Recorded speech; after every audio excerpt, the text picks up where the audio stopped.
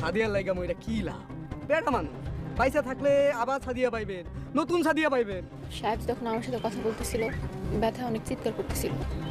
দুলাল মনে হয় সাহেবরা অনেক মারছে। প্রিয় দর্শক মণ্ডলী, তাইলে কি এবার মজিদ এবং তার ভাগ্নে মিলে সাহেবকে মেরে ফেলেছে, নাকি আদমরা করে জিম্মি করে রেখেছে সাদিয়াকে পাওয়ার জন্য? কোন দিকে যাচ্ছে সাহেব নামের গোলাম নাটকটি জানতে হলে পুরো ভিডিওটি দেখুন। প্রিয় দর্শক মণ্ডলী, অবশেষে জমে উঠেছে সাহেব নামের গোলাম নাটকটি।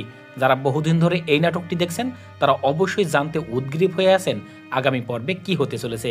আগামী পর্বে কি হতে চলেছে সেটা বলার আগে অবশ্যই সকলের প্রতি রিকোয়েস্ট থাকবে, যারা আমার ভিডিওটি প্রথম দেখছেন লাইক, কমেন্ট, শেয়ার এবং সাবস্ক্রাইব করে পাশে থাকবেন। আগামী পর্বটি অবশ্যই একটি ধামাকা পর্ব হবে। আগামী পর্বে আমরা দেখতে পাবো মজিদকে গুলি করেছিল সাদিয়া। সেই মজিদ সাদিয়ার উপর প্রতিশোধ নেওয়ার জন্য তাকে হন্যি হয়ে খুঁজে বেড়াচ্ছে। অন্যদিকে মজিদের চোখ থাকবে সাহেবের উপর। সে জানে যদি সাহেবকে ঘায়েল করতে পারে তাহলে অবশ্যই সে সাদিয়াকে ফেরত পাবে। তাই তো ভোরবেলা যখন সাহেব শহরের উদ্দেশ্যে রওনা হয় তখন মজিদ এবং তার দলবল এবং তার ভাগ্নে সকলে মিলে সাহেবকে প্রচুর মারধর করবে এবং অবশেষে সাহেবকে মারধর করার পরে তারা বন্দি করে রেখে দিবে যাতে সাদিয়াকে সাহেবের মাধ্যমে ফেরত আনতে পারে।